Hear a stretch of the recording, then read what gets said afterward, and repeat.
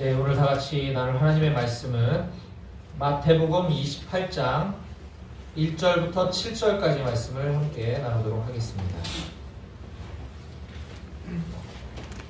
마태복음 28장 1절부터 7절까지 말씀입니다.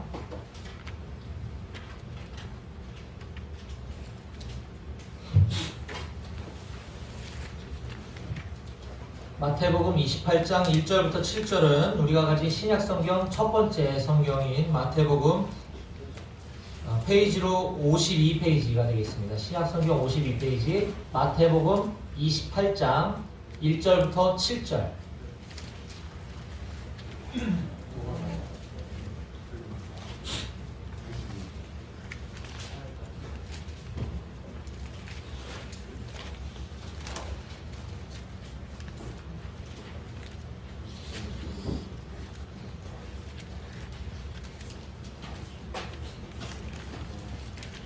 네, 찾으셨으면 우리 다 같이 힘차게 큰 목소리로 함께 읽도록 하겠습니다. 시작!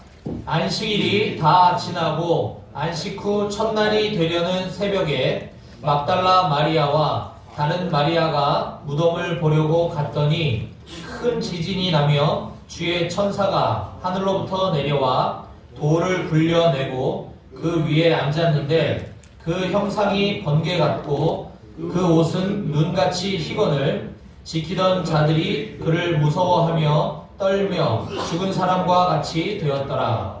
천사가 여자들에게 말하여 이르되 너희는 무서워하지 말라. 십자가에 못 박히신 예수를 너희가 찾는 줄을 내가 아노라. 그가 여기 계시지 않고 그가 말씀하시던 대로 살아나셨느니라. 와서 그가 누우셨던 곳을 보라.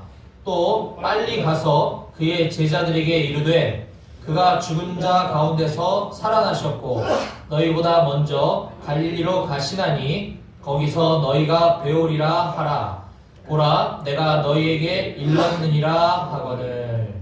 아멘. 오늘 말씀을 위해서 제가 잠깐 기도하겠습니다. 하나님 아버지, 오늘 이 부활주일 아침에 우리에게 말씀을 주시니 감사합니다. 오늘 이 강단에서 선포되어지는 말씀이 인간의 말씀이 되지 않게 하시고 하나님께서 친히 우리 용사들 마음 가운데 말씀하여 주시옵소서. 전하는 자의 부족한 모습은 십자가 뒤에 가려주시고 오직 성령의 능력만, 성령의 역사만 나타날 수 있는 말씀의 시간 될 수 있도록 도와주시옵소서. 주님을 의지합니다. 감사드리며 예수님의 이름으로 기도했습니다. 아멘. 우리 옆에 계신 분과 이렇게 인사합시다. 예수님은 부활하셨습니다. 예수님은 부활하셨습니다. 우리 앞뒤에 계신 분과 옆에 계신 분과 인사합니다. 예수님은 부활하셨습니다. 네. 할렐루야. 네. 부활은 우리가 아는 것처럼 죽었던 사람이 다시 살아나는 걸 부활이라고 합니다.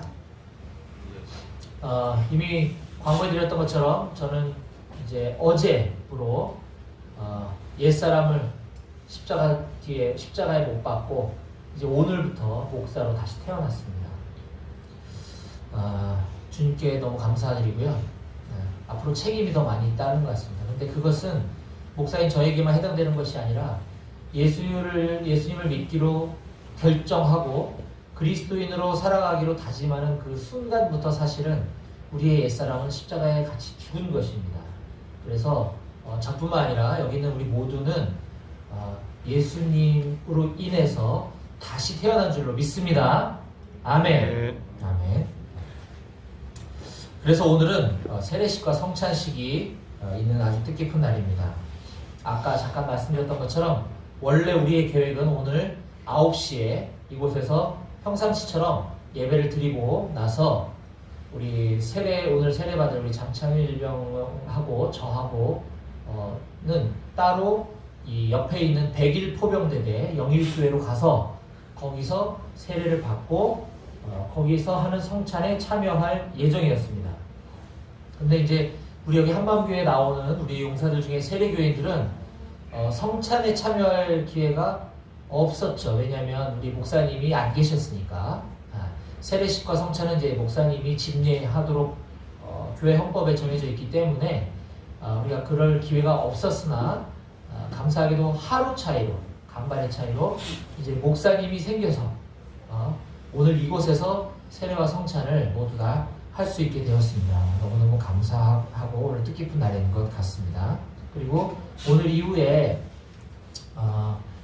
내가 세례교인이 되겠다라고 이제 결심한 우리 용사들은 언제든지 얘기해 주시면 저와 같이 세례교육을 받고 하반기 때 또는 여러분들이 부대 교대돼서 단으로 가기 전에 기회가 되면 한번 세례식을 할 수 있도록 한번 준비해 보도록 하겠습니다. 지난 주일날 우리는 설교 말씀을 통해서 예수님이 돌아가시기 마지막 직전 일주일 동안에 어떤 일이 있었는지, 그 고난 주간이라고 하는 일주일, 십자가에 죽으시기 바로 전 일주일 동안 주일날 어떤 일이 있었고, 월요일날 무슨 일이 있었고, 화요일날 어떤 일이 있었고를 쭉 시간 순으로 금요일까지 살펴보았습니다. 예수님은 그저께 금요일날, 우리가 뭐 성금요일이라고도 하는데, 십자가에 달려 죽으시고, 우리 때문에 십자가에 달려 죽으시고, 그날부터 3일 뒤인 금, 토, 일, 오늘 새벽에, 주일 새벽에 다시 부활하셨습니다. 여러분들 예수님의 부활을 믿으십니까? 예. 예수님이 부활하신 거 믿으시나요? 아멘. 예. 아직 잘 모르겠는 용사들도 한 2명 있는 것 같아요. 대답을 안 하는 거 보니까. 예수님은 십자가에 부활하셨습니다. 십자가에 달려 죽으셨다가 3일 만에 부활하셨습니다. 이거는 엄연히 역사적인 사실로 많이 증명되어 있습니다. 그래서 저는 오늘 예수님의 부활 사건을 한번 살펴보고 부활하신 예수님을 믿는 사람이라면 어떤 삶을 살아야 되는지에 대해서 4가지로 여러분들에게 말씀을 증거하도록 하겠습니다. 한 마리 큰 뱀이 바닷속을 헤엄치면서 많은 물고기들을 삼키고 있었습니다. 어떤 물고기도 그 뱀을 피할 수는 없었습니다. 그 뱀이 물고기들을 다 잡아서 죽였는데, 그러던 어느 날 이 뱀이 날카로운 지느러미를 가지고 있는 물고기를 삼켰습니다. 그랬더니 이 물고기는 뱀의 뱃속에 들어가서 그 깜깜한 죽음의 세계 속에서 더 이상 버틸 수가 없어서 그 날카로운 지느러미를 가지고 뱀의 배를 가르고 나왔습니다. 뱀은 어떻게 됐을까요? 죽었겠죠. 예. 뱀은 죽고 그 직전에 잡혀 먹혔던 물고기들까지 같이 그 날카로운 지느러미를 가지고 있는 물고기를 따라서 그 어둠 가운데서 빠져나와서 살 수 있게 되었습니다. 이 이야기는 미국 오클라호마의 그 유명한 흑인 목사인 페리 목사님께서 예수님의 부활에 대해서 비유한 말씀입니다. 지금 예를 들었던 그 뱀은 죽음이라고 하는 괴물입니다. 이 괴물은 아담과 하와의 범죄 이후에 오랫동안 우리 인간들, 우리 백성들을 집어삼켰습니다. 그러다가 급기야는 예수님, 하나님이신 예수님까지 집어삼키게 되었죠. 근데 예수님은 무덤의 문을 열고 나오셨습니다. 아까 그 날카로운 지느러미를 가지고 있는 물고기처럼 그 사단의 권세를 이기고 그 뱀의 배를 찢고 예수님은 무덤 문을 열고 다시 살아나셨습니다. 이때 예수님을 따르는 무리들인 저와 여러분들, 우리 그리스도인들도 예수님을 따라서 그 어둠의 세력으로부터 건져냄을 당했고 우리가 다시 살게 된 것입니다. 성경에 말씀하시기를 그리스도께서 죽은 자 가운데서 다시 살아 잠자는 자들의 첫 열매가 되셨도다 라고 말씀하셨습니다. 첫 열매란 밭에 곡식이 익어서 추수하기 전에 그 한 단을 미리 베어다가 하나님 전에 바치는 구약 성경에 기록된 의식을 가리키는 것입니다. 이 때를 따라 이른비와 그 이슬을 내리시는 하나님의 은혜에 감격해서 감사를 드리는 그런 예식입니다. 그러므로 이 첫 열매란 전체 곡식 중에 지극히 작은 한 부분에 불과합니다. 밭에는 그와 같은 곡식이 수없이 많이 있기 때문이죠. 예수님의 부활이 이처럼 우리 모든 인류의 부활의 첫 열매인 것입니다. 그리스도를 믿고 섬기는 수많은 성도들의 부활이 있기 때문이죠. 이렇게 부활의 첫 열매로 예수님이 무덤에서 다시 살아나신 날을 온 세계가, 온 인류가 기뻐하고 기념하며 지키는 날이 바로 오늘 이 부활 주일입니다. 지금 약 전 세계 60억 인구 가운데 정확히 알 수는 없겠지만 주님만 아시겠지만 약 20억이 조금 안 되는 인구가 그리스도인이라고 합니다. 기독교인이라고 합니다. 그런데 이 기독교인들은 당연히 예수님의 죽으심과 부활을 믿는 사람들이죠. 이 예수님의 죽으심과 부활을 믿는 사람들의 대다수, 그 20억 그리스도인들 중에 대다수는 바로 이 후진국이 아니라 선진국 사람들이라고 하는 것입니다. 이처럼 현대과학을 믿고 현대과학을 따르는 이 문명의 혜택을 받고 있는 그 선진국의 많은 사람들도 그 예수님의 죽으심과 부활을 믿을 수밖에 없다라고 하는 것은 그것이 엄연한 역사적 사실이기 때문입니다. 이 귀하신 예수님의 부활을 믿는 사람들이 어떻게 살아야 되는지에 대해서 함께 말씀을 볼 텐데요. 우리 다 같이 한번 따라해 보겠습니다. 첫째, 예수 그리스도를 경외해야 합니다. 네. 우리 사람이 살아가는 가운데 있어서 최대의 그 난제인 죽음이라고 하는 것. 죽음이 어떤 것인지 우리가 상상을 해볼 수 있지만 우리 중에 아무도 그 죽음을 경험해 본 사람은 없죠. 근데 그 죽음의 권세를 이기신 분은 오직 예수 그리스도밖에 없다는 사실입니다. 이 세상에 많은 종교들이 있고 석가모니, 마호메트, 공자, 맹자, 수많은 성인들과 종교의 창시자들이 있었지만 그들은 모두 이 세상을 살다가 죽음으로 넘겨졌습니다. 아무도 그들이 다시 살아났다라고 이야기하는 사람이 없습니다. 심지어 이단 사입인 문선명, 안선홍 이런 사람들도 이미 다 죽었죠. 그들은 자기가 하나님이라고 이야기했었거든요. 그런데 이 죽음의 권세를 이기고 다시 살아나신 분은 예수님밖에 없다고 하는 사실입니다. 이토록 고마우신 예수님 앞에서 우리가 어떠한 자세를 취해야 하는가라고 한다면 바로 예수 그리스도, 그런 우리 죽음의 권세를 이기시고 그렇기 때문에 우리 또한 앞으로 죽음의 권세를 이기게 되었기 때문에 우리는 온 몸과 마음과 뜻과 정성을 다해서 예수님을 섬겨야 하고 예수님을 경외해야 한다고 하는 사실입니다. 전도서 12장 13절 말씀해 보면 하나님을 경외하고 그 명령을 지킬지어다 이것이 사람의 본분이니라 라고 말씀하고 계십니다. 또 하나님께서 말씀하시기를 하나님 여호와께서 내게 요구하시는 것이 무엇이냐 곧 내 하나님 여호와를 경외하며 그 모든 도를 행하고 그를 사랑하며 마음을 다하고 성품을 다하여 내 하나님 여호와를 섬기고 내가 오늘날 내 행복을 위하여 내게 명하는 여호와의 명령과 규례를 지킬 것이 아니냐라고 신명기 10장 12절 13절에 말씀하고 계십니다. 뿐만 아니라 여호와의 사자가 주를 경외하는 자를 둘러 진치고 저희를 건지시는도다 라고 시편 기자는 말씀하고 있습니다. 또한 시편 34편 9절 10절 말씀해 보면 너희 성도들아 여호와를 경외하라 저를 경외하는 자에게는 부족함이 없도다. 젊은 사자는 궁핍하여 줄일지라도 여호와를 찾는 자는 모든 좋은 것에 부족함이 없으리로다 라고 성경은 우리에게 말씀해주고 있습니다. 또한 부활하신 예수님을 믿는 우리는 어떤 삶을 살아야 하는가? 두 번째, 다 같이 따라해 봅니다. 둘째, 어려운 때에 낙심하지 말아야 합니다. 네, 우리가 인생을 살아가다 보면 죽음이라는 큰 위기와 어려움뿐만 아니라 우리가 사소한 하나님 관점에서 볼 때 사소하지만 우리 관점에서 볼 때는 그래도 심각하다 여겨지는 여러 가지 우리를 힘들게 하고 좌절하게 만들고 우리를 낙심하게 만드는 많은 일들을 겪게 됩니다.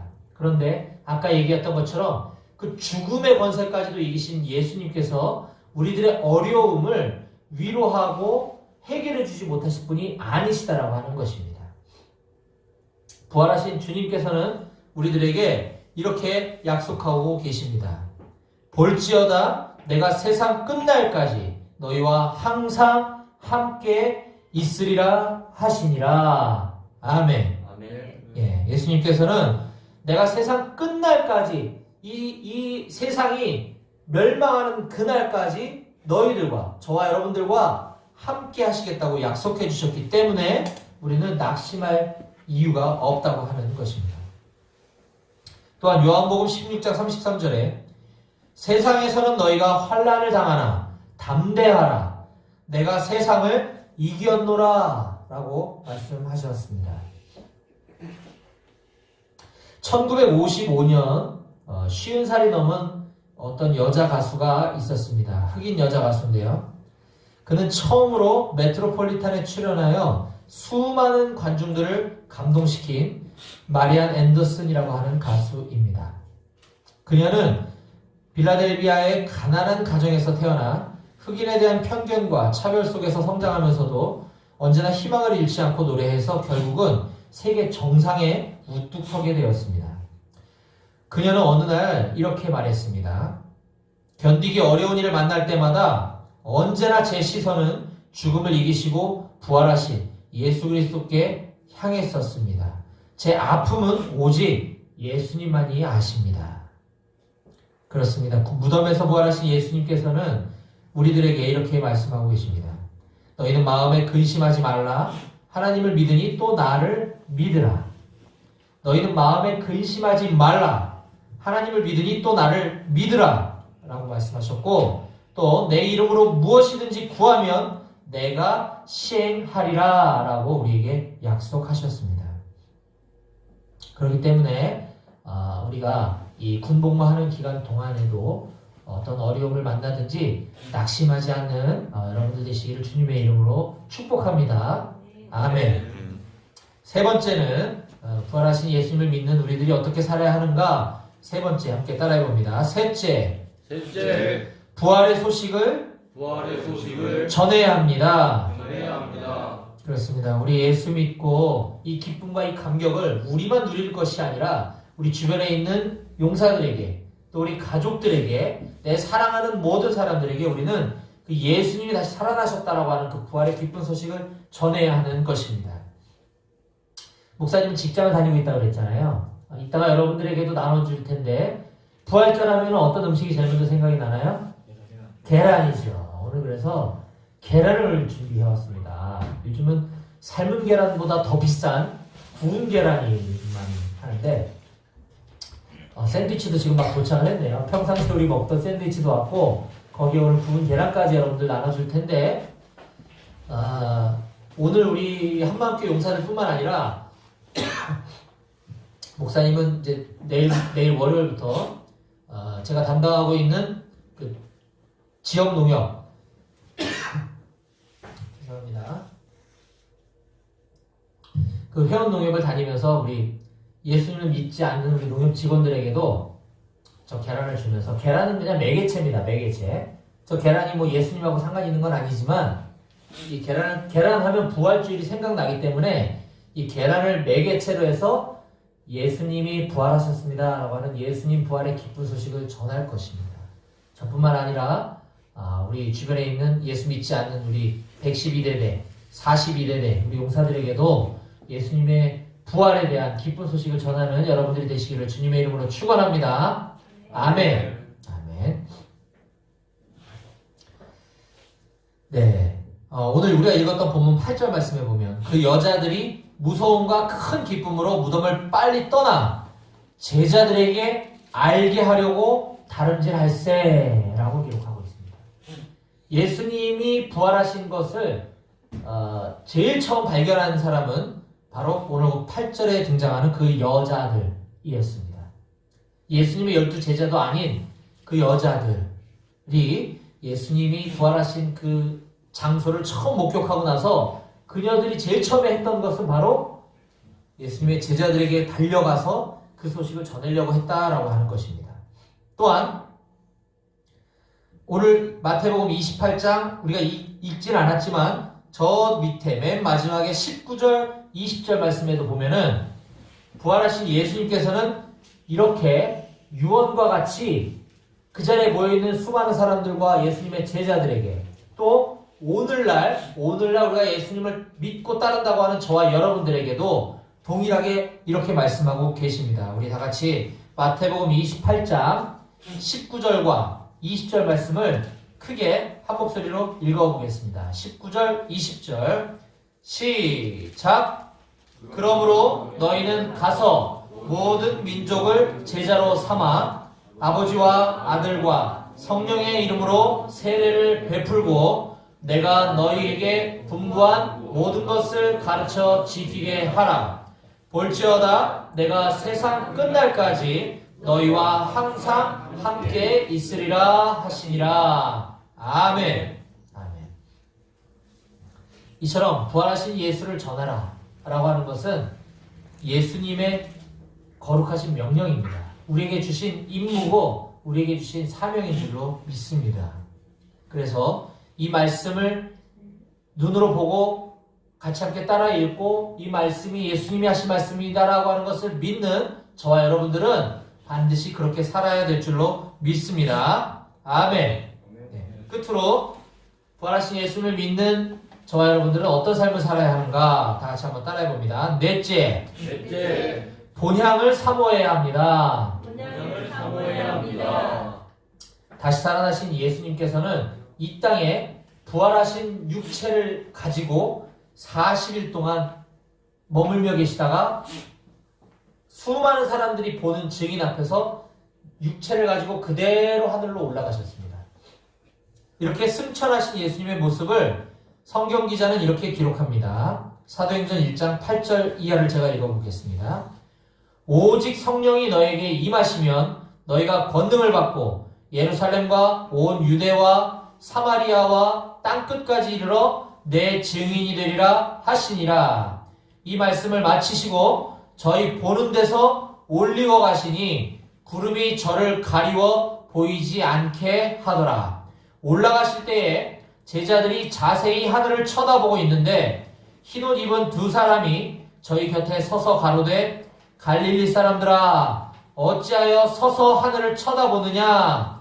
너희 가운데서 하늘로 올리우신 이 예수는 하늘로 가심을 본 그대로 오시리라 하였느니라고 하셨습니다.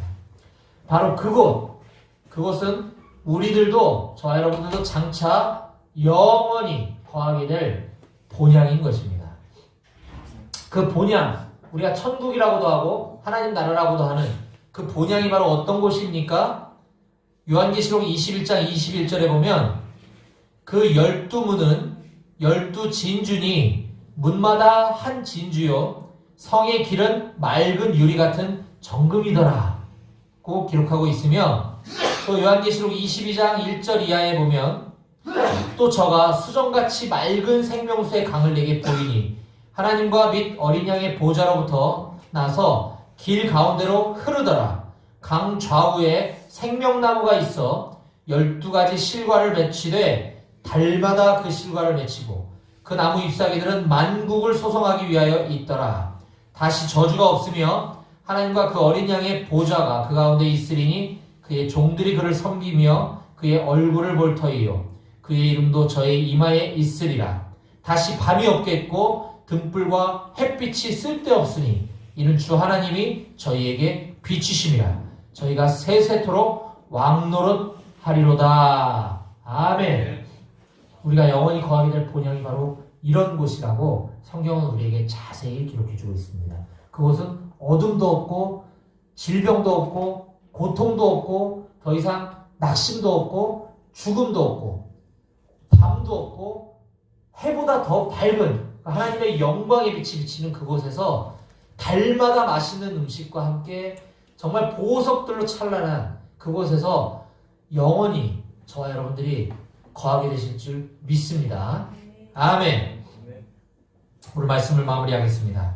무덤에서 부활하신 이 귀하신 예수 그리스도는 만왕의 왕이시며 우리의 영원한 목자 되십니다.